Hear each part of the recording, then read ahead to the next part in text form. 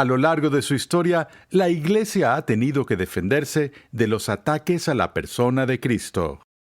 La Iglesia se ha enfrentado a una gran crisis con respecto a su comprensión de Jesús en 4 siglos durante la historia de la Iglesia. El siglo IV, el siglo V, el siglo XIX, con el advenimiento del liberalismo del siglo XIX, que realizó un intenso ataque a la deidad de Cristo, y el siglo XX. Es importante que entendamos eso porque vivimos en una época en que la persona de Cristo es un tema de gran controversia entre los teólogos. Hoy, en Renovando tu Mente, el Cristo de los credos.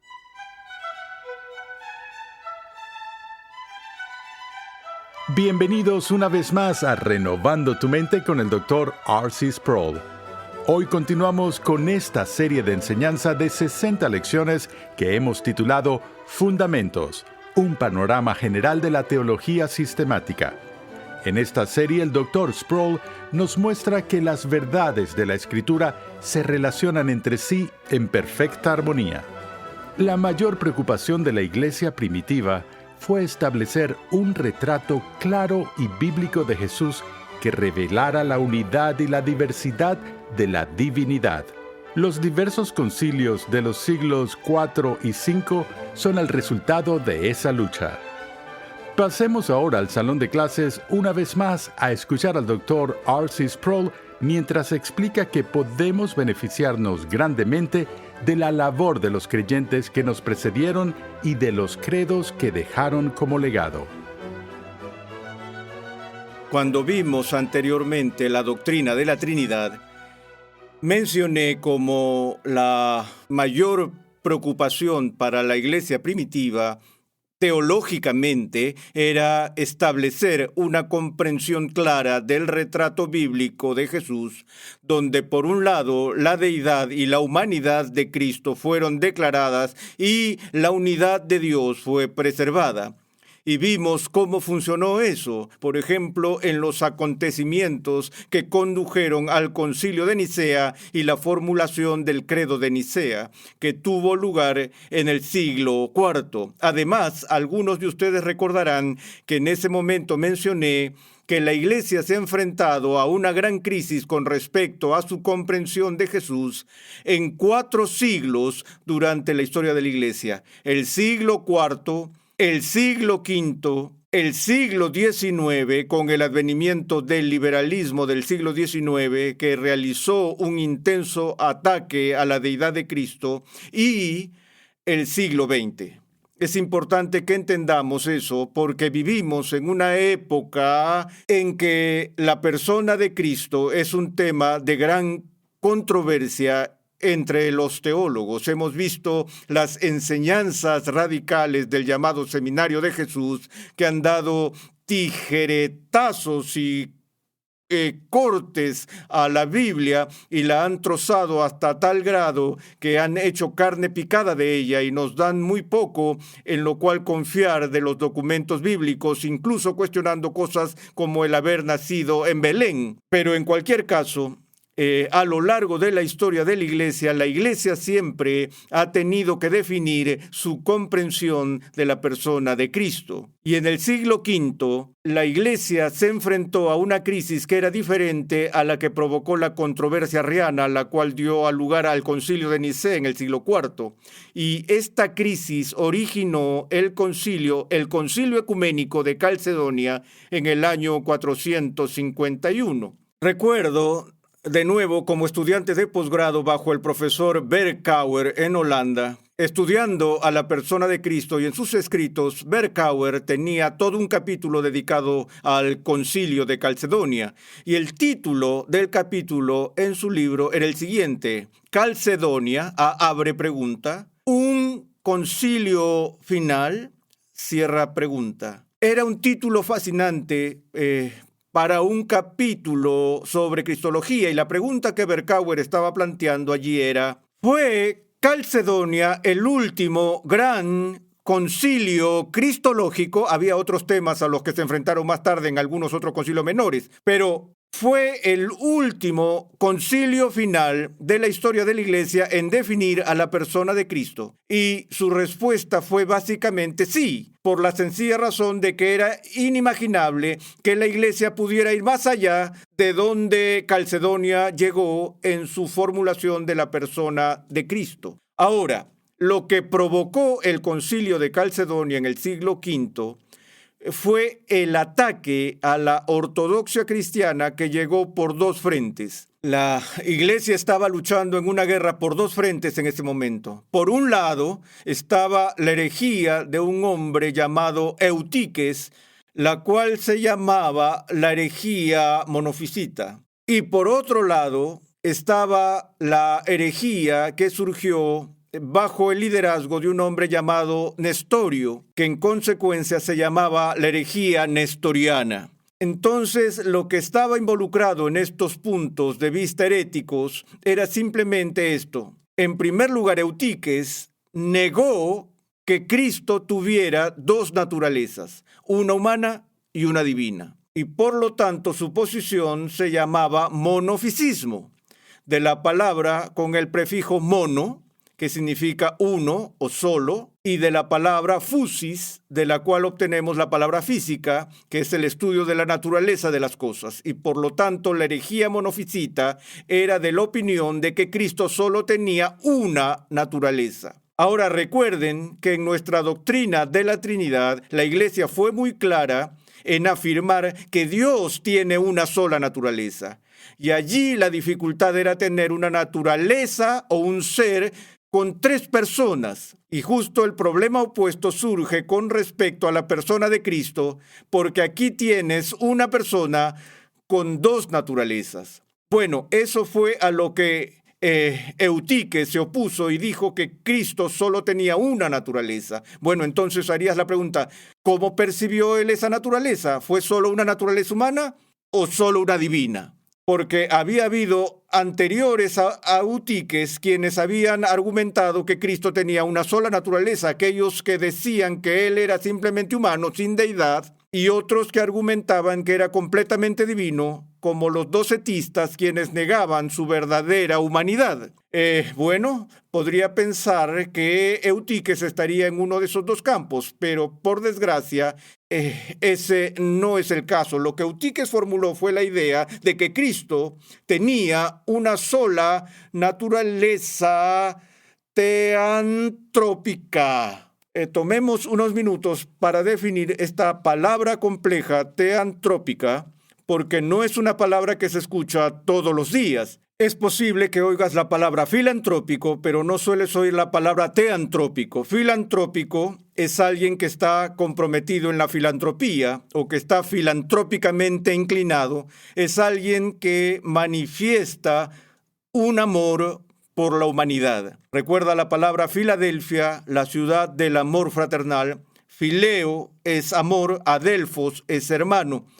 Bueno, en griego la palabra para hombre es la palabra anthropos y la palabra para Dios es la palabra theos. Y lo que está sucediendo aquí es que la palabra griega para Dios está ligada junto con la palabra griega para hombre, tomando la palabra theos y anthropos, colocándolas juntas. Y lo que se ve aquí es esto, que lo que Eutiques estaba diciendo era que la naturaleza de Cristo no era humana ni divina, sino una especie de forma híbrida, una mezcla que es en parte divina y en parte humana, pero no verdaderamente divina ni verdaderamente humana, sino más bien una mezcla o confusión de la deidad y la humanidad. Por otro lado, estaba la herejía nestoriana,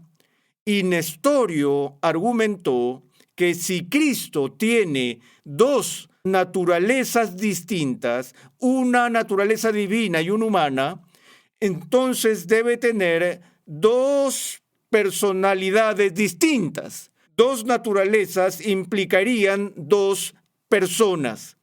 Si tienes dos personas, tienes dos naturalezas. Si tienes dos naturalezas, tienes dos personas. Entonces, La doctrina de Cristo estaba siendo atacada desde ambos lados. En uno, negando la naturaleza dual de Cristo, reduciéndola a una sola mezcla confusa entre lo divino y el humano, y en el otro, aunque afirmando dos naturalezas, negaba la unidad de esas dos naturalezas al separar las naturalezas o dividir las naturalezas de las personas. Así que ese es el punto que provocó el concilio de Calcedonia en 451. Y en ese concilio obtenemos la formulación clásica para lo que llamamos la naturaleza dual de Cristo. Es decir, que Cristo es una persona con dos naturalezas. Y la fórmula que encontramos en Calcedonia se encuentra en las palabras vera homo, vera Deus. Ahora, la palabra ver aquí, por supuesto, es la palabra de la que obtenemos veritas o de verdad, veracidad, voraz y otras. Es la palabra basada en la palabra latina para la verdad. Así que la idea aquí es que Cristo es declarado ser verdaderamente hombre y verdaderamente Dios. Entonces, si la Iglesia ha de ser coherente con las Escrituras, tenemos que confesar que en Cristo nos encontramos con aquel que tiene una verdadera naturaleza humana y al mismo tiempo aquel que también tiene una verdadera naturaleza divina. Entonces, más allá de esta simple afirmación, que Cristo es verdaderamente hombre y verdaderamente Dios, dice que las dos naturalezas están perfectamente unidas. Y luego lo que se adhiere a la confesión en Calcedonia, al credo, es una lista de lo que se llama los famosos 4 negativos históricos. Algunos de ustedes recordarán que al principio de nuestro estudio, cuando nos vimos frente a la dificultad de usar términos descriptivos o hablar en lenguaje descriptivo acerca de la naturaleza de Dios, dije que la Iglesia había hecho uso de diferentes maneras de describir las cosas, incluyendo lo que mencioné en ese momento, que era el camino de la negación por el cual definimos lo que Dios es, diciendo lo que Él no es. Es infinito, lo que significa que no es finito. Es inmutable, lo que significa que no es mutable. Tomamos un concepto que entendemos como mutabilidad o finitud y luego adherimos la forma negativa a eso, y eso es lo que se llama el camino de la negación. Bueno, tenemos estos 4 negativos famosos en el Concilio de Calcedonia que son muy importantes para la comprensión histórica de Cristo. La Iglesia confesó que Cristo era verdaderamente humano, verdaderamente Dios, las dos naturalezas perfectamente unidas, sin mezcla, confusión, separación o división. Estos son los 4 negativos, sin mezcla, confusión, separación o división. En la primera parte de la fórmula, obviamente, lo que está a la vista es la enseñanza herética de Eutiques en su herejía monofisita, diciendo que las dos naturalezas, la divina y la humana, no se mezclan, ni se confunden, ni se fusionan de tal manera que se tiene una naturaleza humana deificada o una naturaleza divina humanizada. La naturaleza humana es siempre humana, sometida a las limitaciones normales de la humanidad. La naturaleza divina es siempre divina. No se mezcla con 1 kilo de carne o 1 kilo de humanidad. No es que de repente la mente divina pierde su omnisciencia en la encarnación. La mente divina lo sabe todo, pero la mente humana no. Por ejemplo, la Iglesia ha tratado de hacer frente a las preguntas que surgen en el Nuevo Testamento. Por ejemplo, cuando los discípulos hicieron preguntas a Jesús con respecto a su regreso. Y Jesús dice que del día y la hora que nadie sabe, ni siquiera el Hijo, sino solo el Padre lo sabe. Y entonces en ese momento Jesús dice a sus discípulos, aquí hay algo que yo no sé. Bueno, ¿sería eso una indicación de la naturaleza humana o de la naturaleza divina? La gente lucha con esto. Por un lado, cuando miramos la vida de Jesús, Tal como se muestra para nosotros en las páginas de las Escrituras, ciertas cosas son fáciles. Cuando vemos que Jesús está sudando en el jardín de Getsemaní, esa es una manifestación humana. Es decir, el sudor es algo que esperas de Dios. Dios no suda, Dios no tiene hambre, Dios no sangra, Dios no llora, Dios no muere. La naturaleza divina no muere en la cruz. Si la naturaleza divina muriera en la cruz, el universo dejaría de existir. Así que vemos muchas cosas en la vida de Jesús que muestran o evidencian su humanidad. Ahora, cuando Jesús dice que hay algo que no sabe, ¿mostraría eso algo de su humanidad o de su deidad? Bueno, obviamente sería una declaración con respecto a su humanidad, pero algunas personas dicen, espera un minuto, si eso es Dios encarnado y Dios lo sabe todo, y hay una unión perfecta entre la naturaleza divina y la naturaleza humana, ¿cómo podría ser que hay algo que Jesús no sabe? Bueno, eso es como decir, si hay una unidad perfecta entre la naturaleza divina y la naturaleza humana, ¿cómo podría la naturaleza humana tener hambre? Porque Dios nunca tiene hambre. De nuevo, a lo que tenemos que llegar aquí es que la Iglesia dice que es absolutamente importante distinguir entre la naturaleza divina y la naturaleza humana, a fin de que no las confundamos y las mezclemos de tal manera que oscurezca la realidad, ya sea de la naturaleza divina o de la naturaleza humana. Y de la misma manera, tan pronto como empiezo a hablar de distinguir las dos naturalezas, tengo algunos amigos que se me acercan y me dicen, eres un nestoriano, porque estás dividiendo o separando las dos naturalezas. Cuando tú dices, sí, que en su naturaleza humana Jesús no sabía el día y la hora, ¿no estás separando su naturaleza humana de su naturaleza divina? Digo, no, los estoy distinguiendo.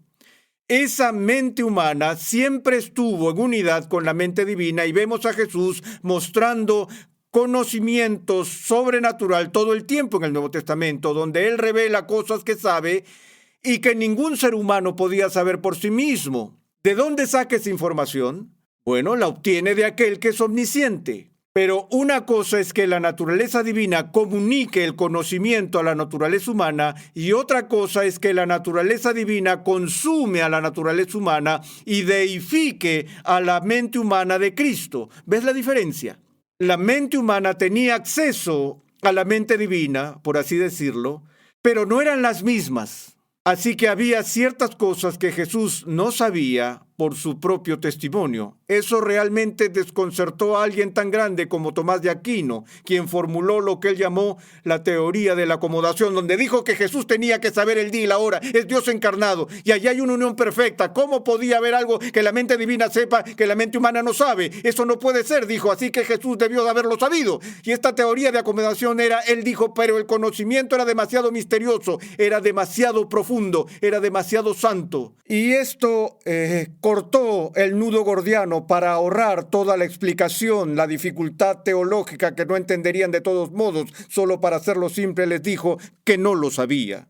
Bueno, Tomás, eso es útil en un momento, pero por otro lado, si Jesús está diciendo a sus discípulos que no sabe algo que realmente sabe, Él está mintiendo, los está engañando. Y si lo hizo, aún puede ser una pequeña mentira piadosa, pero eso es suficiente para descalificarlo como nuestro Salvador, porque no puede tener ningún pecado. Y por eso tenemos que tomar en serio lo que Jesús dice acerca de los límites, humanamente hablando, de su propio conocimiento. Así como su cuerpo estaba limitado físicamente y su apetito sufrió transiciones y cambios, al igual que los nuestros la experimentan. Así que, en todo caso, los 4 negativos aquí son sin mezcla y confusión, que están diseñadas para eliminar la herejía monofisita. Sin separación o división, estas 2 palabras están diseñadas para eliminar la herejía nestoriana. Y los 4 negativos nos están fijando los límites en los que buscamos entender el misterio de la encarnación. Ahora, enfatizo la palabra misterio, porque incluso con estas fórmulas que la Iglesia da, no nos engañemos, nadie en este mundo ha penetrado nunca en las profundidades del misterio de cómo Cristo puede ser verdaderamente Dios y verdaderamente hombre. No tenemos ninguna referencia para eso en toda la historia. Aquí tenemos a uno que es sui generis, está en una clase por sí mismo. Solo ha habido en toda la historia humana una persona que aparece en la esfera de esta tierra, quien era Dios encarnado. ¿Y cómo funciona el misterio de la encarnación? Está más allá de nuestro pleno entendimiento. Esto nos lleva de vuelta a la primera charla sobre la incomprensibilidad de Dios. Y entonces, bueno, si todo lo que tenemos son términos negativos, eso no nos dice que realmente no sabemos nada al respecto. No, el valor de Calcedonia es doble. Por un lado está la afirmación muy importante que todo cristiano tiene que hacer, que Cristo es verdaderamente humano y verdaderamente divino. Y luego, cada vez que la iglesia trata de explicar la naturaleza de esa unidad, entonces recurre a los negativos.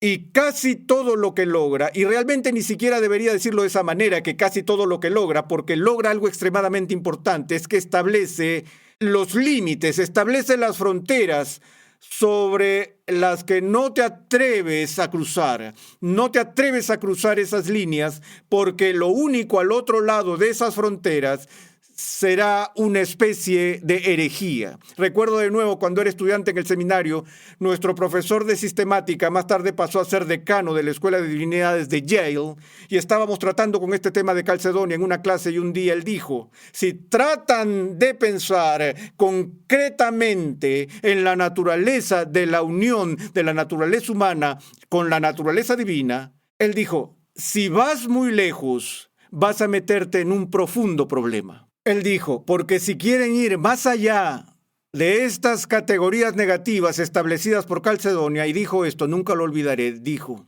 señores, elijan su herejía, porque lo único al otro lado de estos límites será algún tipo de distorsión herética de nuestra comprensión de Cristo. Y ese es el gran servicio que este credo nos ha dado para restringirnos a decir que no importa cómo concibas las dos naturalezas, no pienses en ellas como una amalgamación, confusión o mezcla de dos, y no pienses en ellos como separados o divorciados uno del otro. Están unidos, pero son distintos. Y luego, adherido a eso, está una línea muy importante de Calcedonia que ha sido lamentablemente descuidada históricamente. Cada naturaleza conservando sus propios atributos. Crucial, que en Cristo la naturaleza divina no deja a un lado ninguno de sus atributos divinos. La naturaleza divina en Cristo es eterna, infinita, inmutable, omnisciente, omnipotente y todo lo demás. Y la naturaleza humana también conserva los atributos de la humanidad. Es limitada, es finita, está restringida por el espacio y el tiempo y así por el estilo. Así que con esa fórmula obtenemos alguna dirección que espero que nos guíe a medida que continuemos nuestro estudio de la persona de Cristo.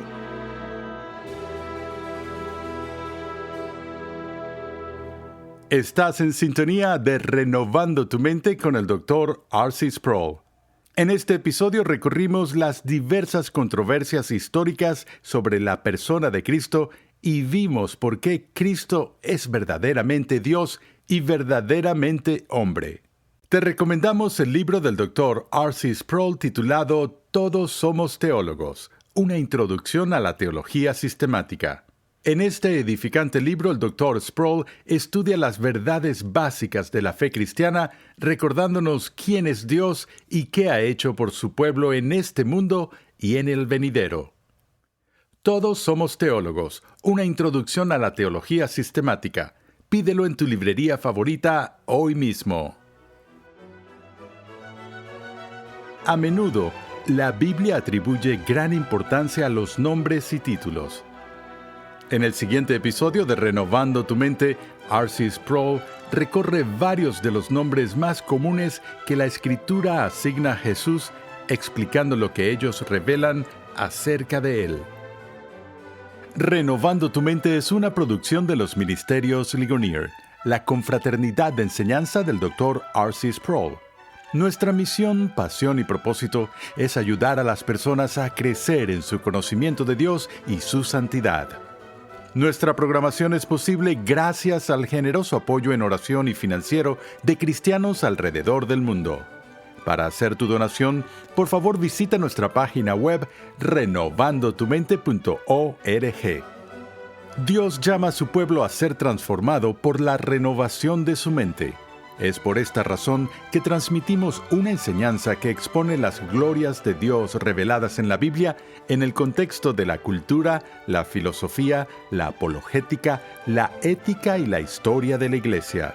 Suscríbete a nuestro canal en YouTube, Ministerios Ligonier, para que puedas disfrutar de todo el material de enseñanza que estamos produciendo completamente gratis y en español. Recuerda que en nuestra página web renovandotumente.org puedes adquirir gratuitamente la guía de estudio de la serie de hoy y además encontrarás una amplia variedad de recursos tales como clases, artículos y contenido multimedia con la finalidad de cumplir con nuestra misión de proclamar, enseñar y defender la santidad de Dios en toda su plenitud a tantas personas como sea posible. Para contactarnos, por favor, envíanos un correo electrónico a programa@renovandotumente.org con tus preguntas, testimonios y comentarios. Sintonízanos nuevamente en esta misma emisora y en este mismo horario y únete a nuestra gran comunidad virtual en las redes sociales.